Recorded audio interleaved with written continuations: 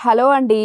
ఇడ్లీలోకి లేదా దోసలోకి అద్దిరిపోయే కాంబినేషన్‌తో తక్కువ ఖర్చుతో ఎక్కువ టేస్ట్ ఉండేలా పొద్దున హడావిడి లేకుండా సింపుల్‌గా అయిపోయే ఈ చట్నీ ఎలా చేసుకోవాలో చూపించబోతున్నాను. సబ్స్క్రైబ్ చేయండి, లైక్ ఇవ్వండి, షేర్ చేయండి.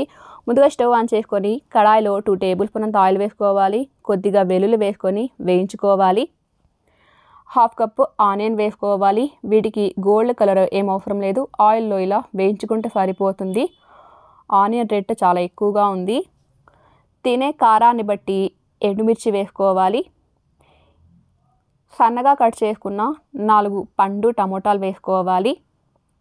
పెద్ద సైజు. తినే పులుపుని బట్టి చింతపండు వేసుకోవాలి.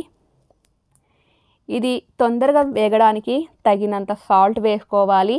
మంట మీడియం ఫ్లేమ్లో పెట్టుకొని ఇదంతా బాగా గుజ్జుగా సాఫ్ట్గా ఉడికించుకోవాలి. అస్సలు నీళ్లు ఏమి వేయకూడదు. ఇలా అంతా ఉడికిన వీటిని పూర్తిగా చల్లార్చుకోవాలి. మిక్సీ జార్లో వేసుకోవాలి. అవసరమైతే కొద్దిగా నీళ్లు వేసుకొని నైఫ్గా గ్రైండ్ చేసుకోవాలి.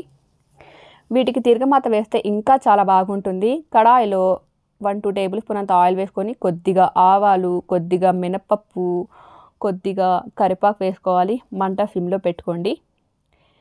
ఇదంతా ఒకసారి బాగా కలుపుకున్న తర్వాత చట్నీలో వేసుకోవాలి. ఉప్పు తక్కువైతే అడ్జస్ట్ చేసుకోవచ్చు. ఇంకా అంతేనండి. పొద్దునే హడావిడి లేకుండా ఎక్కువ టెన్షన్ లేకుండా తిన్న చట్నీ తినాలంటే బోరింగ్గా ఉంటుంది.